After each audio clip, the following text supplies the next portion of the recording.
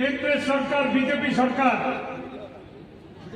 এর আগে পশ্চিমবঙ্গে যখনই ভোট আসে মানুষকে মিথ্যে কথা বলা, মিথ্যা প্রতিশ্রুতি দেওয়া এবং মানুষের সামনে গতবার তারা বলেছিল ইস বার 200 পার, কিন্তু 200 পার তো দূরের কথা, এখন 65 না 60 এসে পৌঁছে গেছে।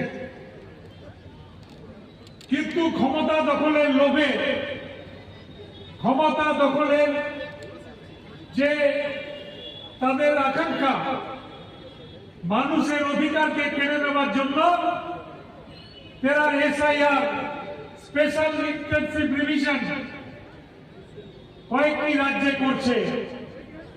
দেখুন, আগামী যে নির্বাচন হবে সেই নির্বাচন হবে পশ্চিমবঙ্গে, সেই নির্বাচন হবে আসামে, সেই নির্বাচন হবে ভারতবর্ষের আরো 4টি রাজ্যে।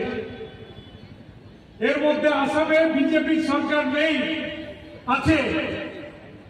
আসামে বিজেপি সরকার আছে, অন্য রাজ্যগুলোতে বিজেপি সরকার নেই।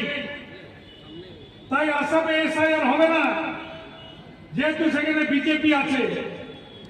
আর যেহেতু পশ্চিমবঙ্গে তৃণমূল কংগ্রেস আছে, মমতা বন্দ্যোপাধ্যায় এখানকার মুখ্যমন্ত্রী, সুতরাং এসআইআর করে সাধারণ মানুষের নাম ভোটার লিস্ট থেকে কেটে দিয়ে তারা ভোট করার চেষ্টা করবে।